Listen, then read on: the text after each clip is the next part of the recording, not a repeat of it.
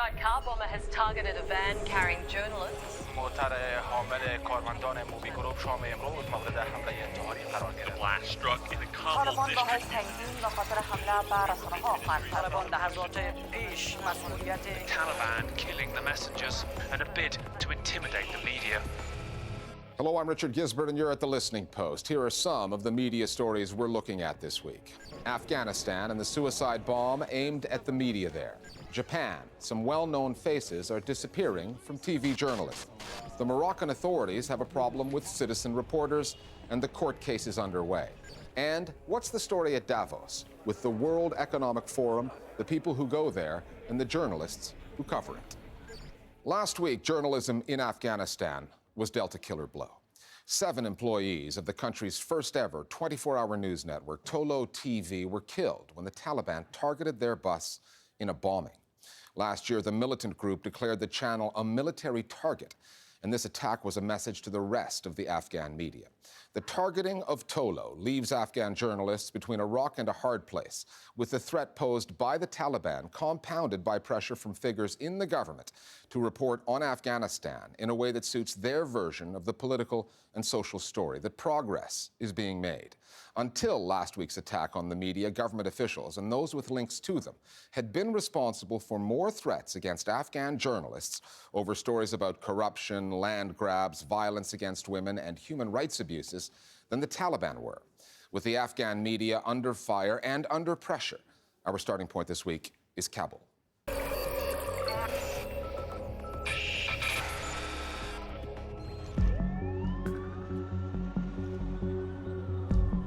در آغاز سرخط چند خبر ساعت پیش یک عمل انتحاری در جاده دارالامان رخ داد. I saw breaking news on our channel that there was a car bomb. حمله کننده مواد منفجره همراهش را در برابر یک موتر بس غیر نظامی منفجر ساخت. That was when our head of news walked in, who said that we were the target. Our bus was hit by a suicide bomber. I didn't know how to react. I went down the stairs. You could see a lot of people on the phone trying to identify which van was it, how many people were hurt, how many people lost their lives. When I went there, it was a chaotic scene. We were trying to identify how many of our colleagues were lost in the attack. We deal with a lot of sad stories on a daily basis, but this was different, and we were affected directly.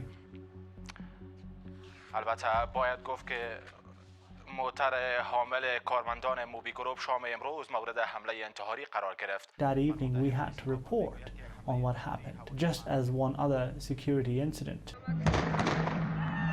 The story behind this bombing goes back to last year when, after a long battle, the Taliban captured Kunduz, the first time it had taken a major city in Afghanistan since 2001. Afghans following the story on either Tolo TV or One TV saw reports of Taliban fighters being accused of rape.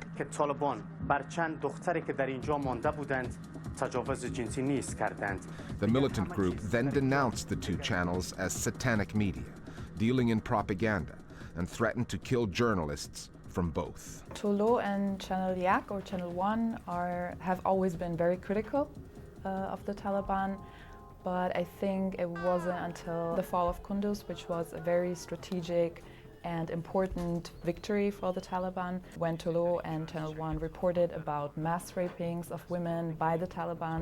It invoked anger, and the Taliban claimed that this was a lie. And this is the reason that they said, okay, Tolo's employees and Channel One employees are military targets from now on.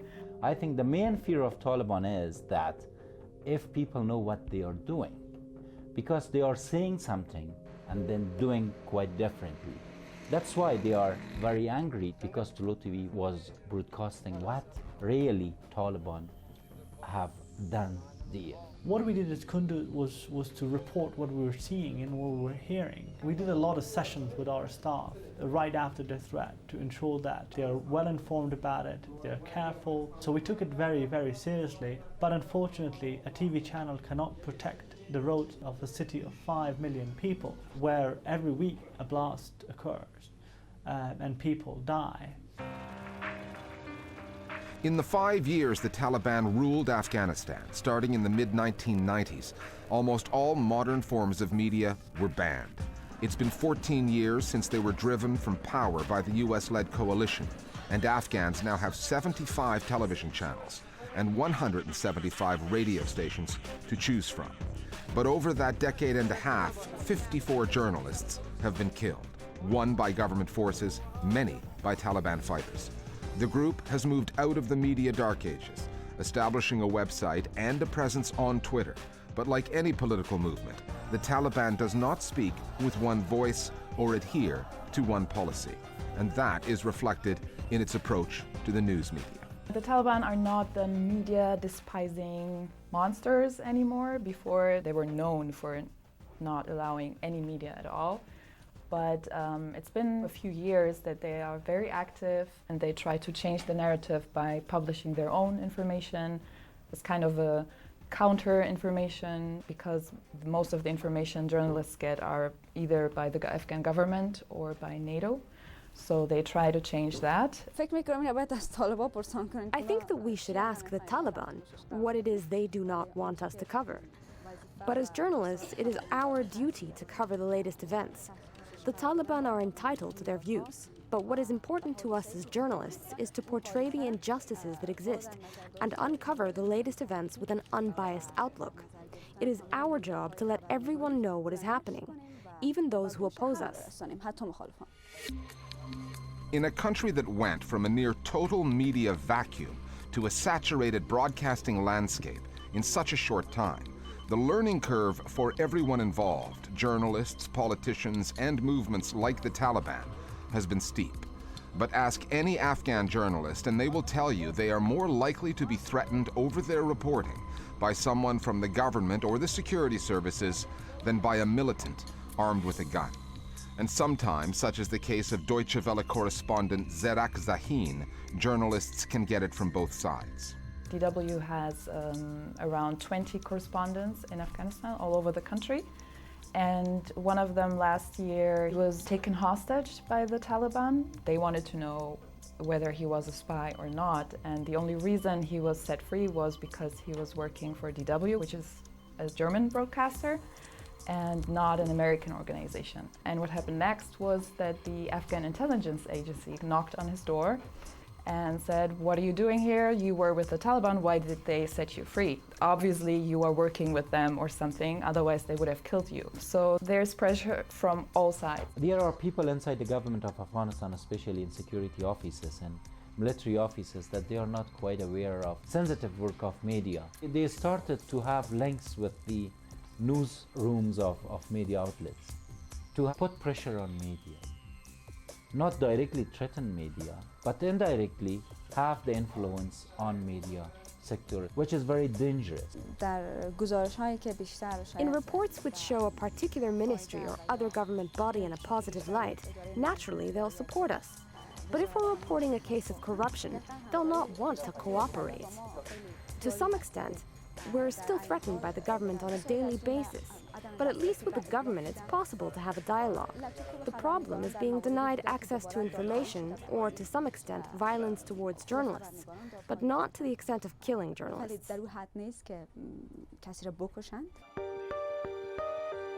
Voltaire, the French philosopher, wrote that to hold a pen is to be at war. That is where many Afghan journalists now find themselves. And when the pen is put to the sword, as it was in Kabul last week, the question becomes, the story becomes, what will those with the pens do now? We are at a very critical juncture at the moment. This is about freedom, giving voice to a nation which was silenced for many decades in our recent history. This is what the Afghan media has given to the Afghan people, and I'm hopeful that we're still going to grow, because media and press freedom is something that the Afghan people want from the bottom of their heart. On the download now, our viewers weigh in on the challenges and the dangers facing journalists in Afghanistan. Taliban obviously doesn't like any propaganda against their mission or the atrocities they commit to civilians on a daily basis. So when they see anyone crossing that limit, they see them as an eligible target. On the other hand, the government has led the media to be as free as possible. We're very proud of our media because we see it as a very essential part of our democracy. Sometimes journalists and media are also making mistakes by themselves. We want to broadcast or air in TV that should be accurate, that should be balanced, and should be confirmed by all sides or by two sides in Afghanistan. Sometimes we do mistake, honestly, and that caused the problem, and that caused that some people or some groups or some parties are attacking on a journalist.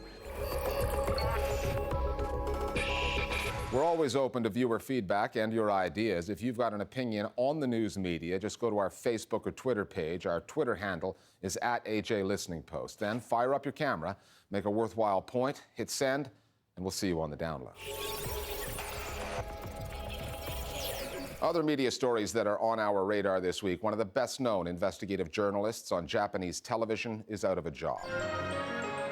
Hiroko Kuniya hosted a primetime news program called Close Up Jendai on the public broadcaster NHK for 23 years. She gained a reputation for asking tough questions of the powerful, which made her one of a rare breed in the Japanese media. Her ouster is reportedly related to an interview she did in 2014 with Chief Cabinet Secretary Yoshihide Suga, in which she asked an unscripted question that upset the politician. Hosts Ichiro Furutachi of TV Asahi and Shige Tadakishi of TBS will also be replaced in April after criticizing the government's handling of new security legislation.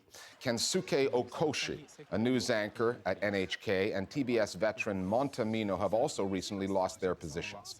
According to the annual Press Freedom Index published by the Paris-based Reporters Without Borders, media freedom in Japan has deteriorated under Prime Minister Shinzo Abe. It was ranked at 11th place in the index in 2010. Abe was elected in 2012, and Japan has since sunk to 61st. There's a trial just underway in Morocco and another one coming, and combined, the two cases are likely to have a chilling effect on journalism there. 7 people, 3 of whom work with the Moroccan Association for Investigative Journalism, went on trial in Rabat this past week over a project to train citizen journalists to work with smartphones. According to the court papers, the allegation is that citizen journalism may destabilize Moroccans' trust in their institutions. They're also charged with threatening national security and failing to disclose that their project was funded by a Dutch NGO called Free Press Unlimited. If convicted, they could face up to 5 years in jail.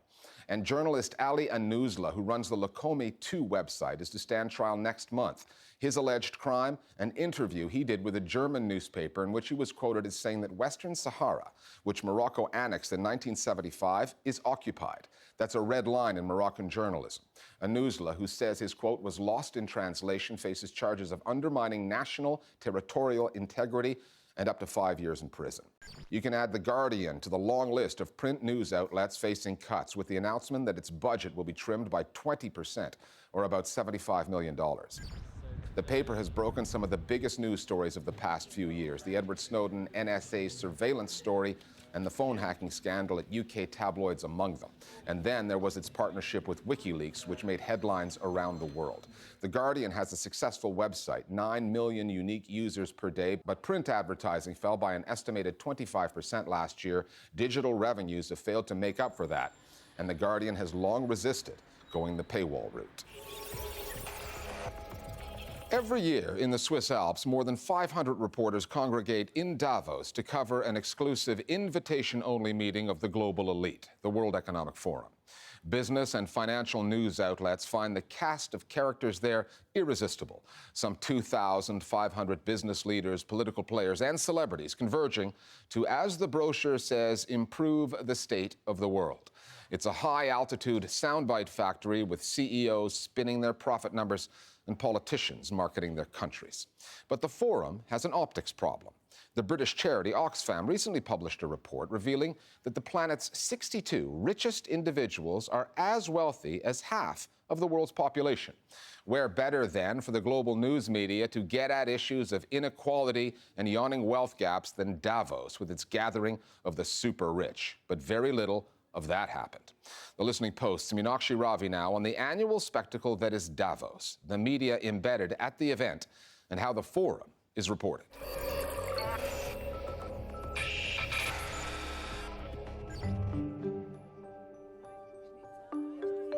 Davos, population 11,000, except when the World Economic Forum comes to town.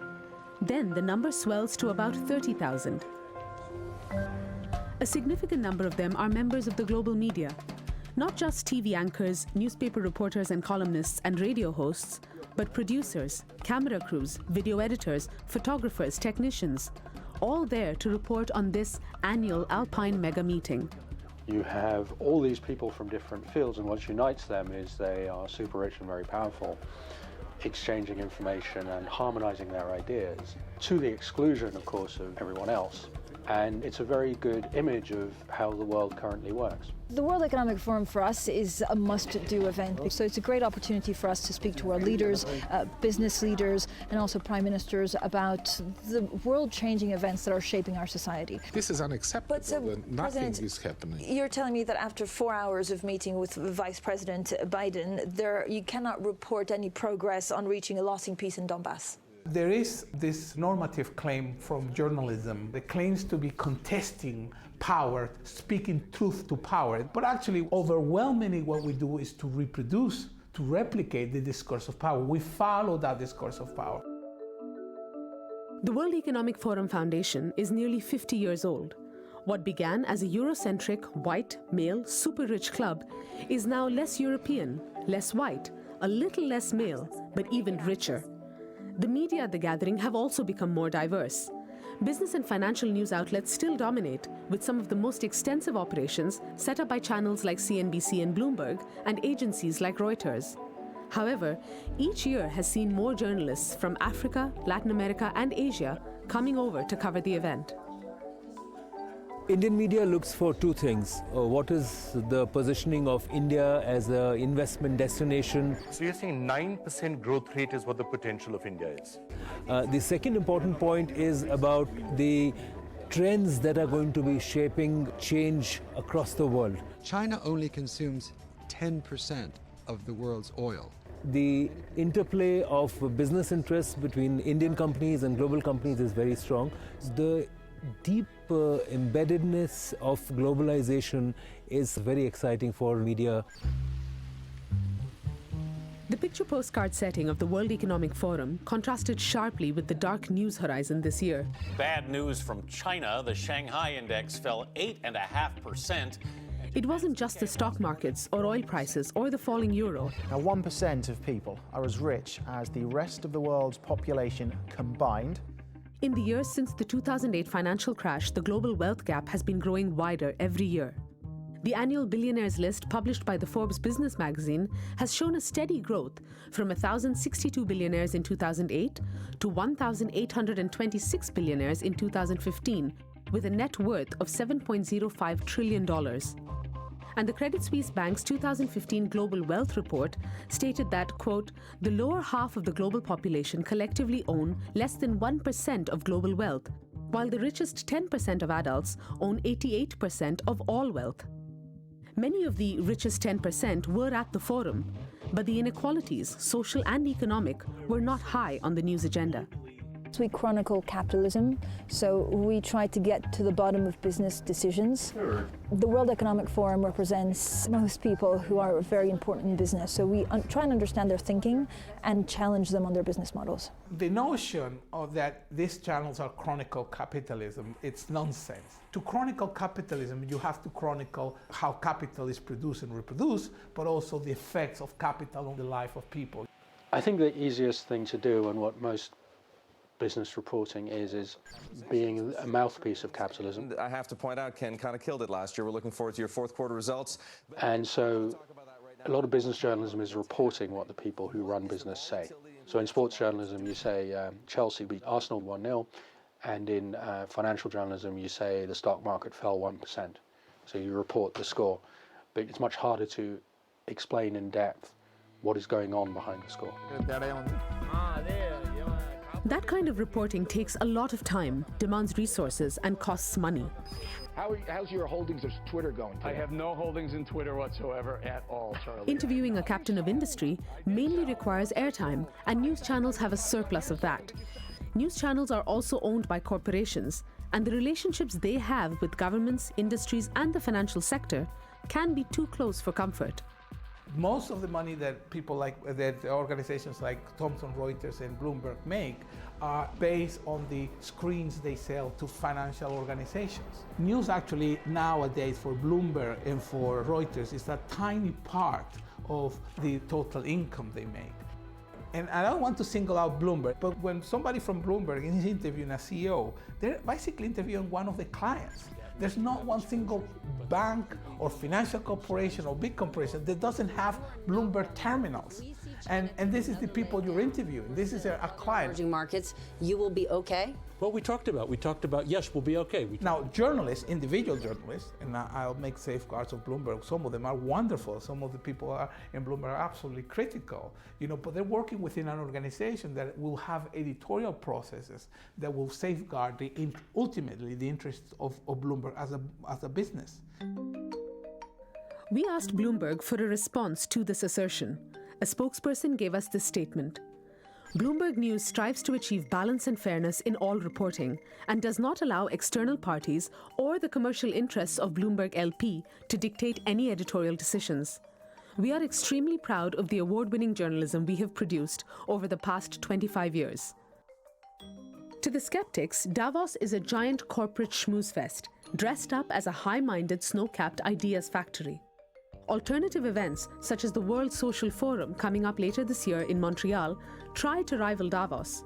But they lack the political heavyweights and celebrity CEOs and end up attracting a micro-fraction of the coverage, which leaves the World Economic Forum, which caters to the corporate elite, in an elite category of its very own. It's one of those media events where the media's shortcomings can be exposed. The kind of swagger that Europe is going to show in 2016. We'll move it a little bit towards from standstill to losing steam. That's a serious lack of confidence. When you look at politics, when you look at economic trouble, everything is more interlinked than it used to be. So I think in Davos, it's maybe more important than anywhere else that you make sure that you're maybe tougher with some of your interviewees, that you're sure to get answers to the right questions. For a journalist, it's important always to not just take one point of view. When you're covering a big event like this, you also have to go to the street and see what the reality is and match it to the discussions and the decision making at a global gathering like this. What we see here is really a collection of thoughts and views of leaders in their own countries, in their own companies. By bringing everybody together, I think there is a scope for making sure that we have a far more fair world than we have seen. The world is a big place. There's lots of stories happening, and a lot of them deserve far more attention than Davos. Davos is a group of CEOs and bankers and aspiring politicians, and those people are the sources telling us how the world really works. Davos is a spectacle where the elite parades itself as concerned citizens while also networking with each other.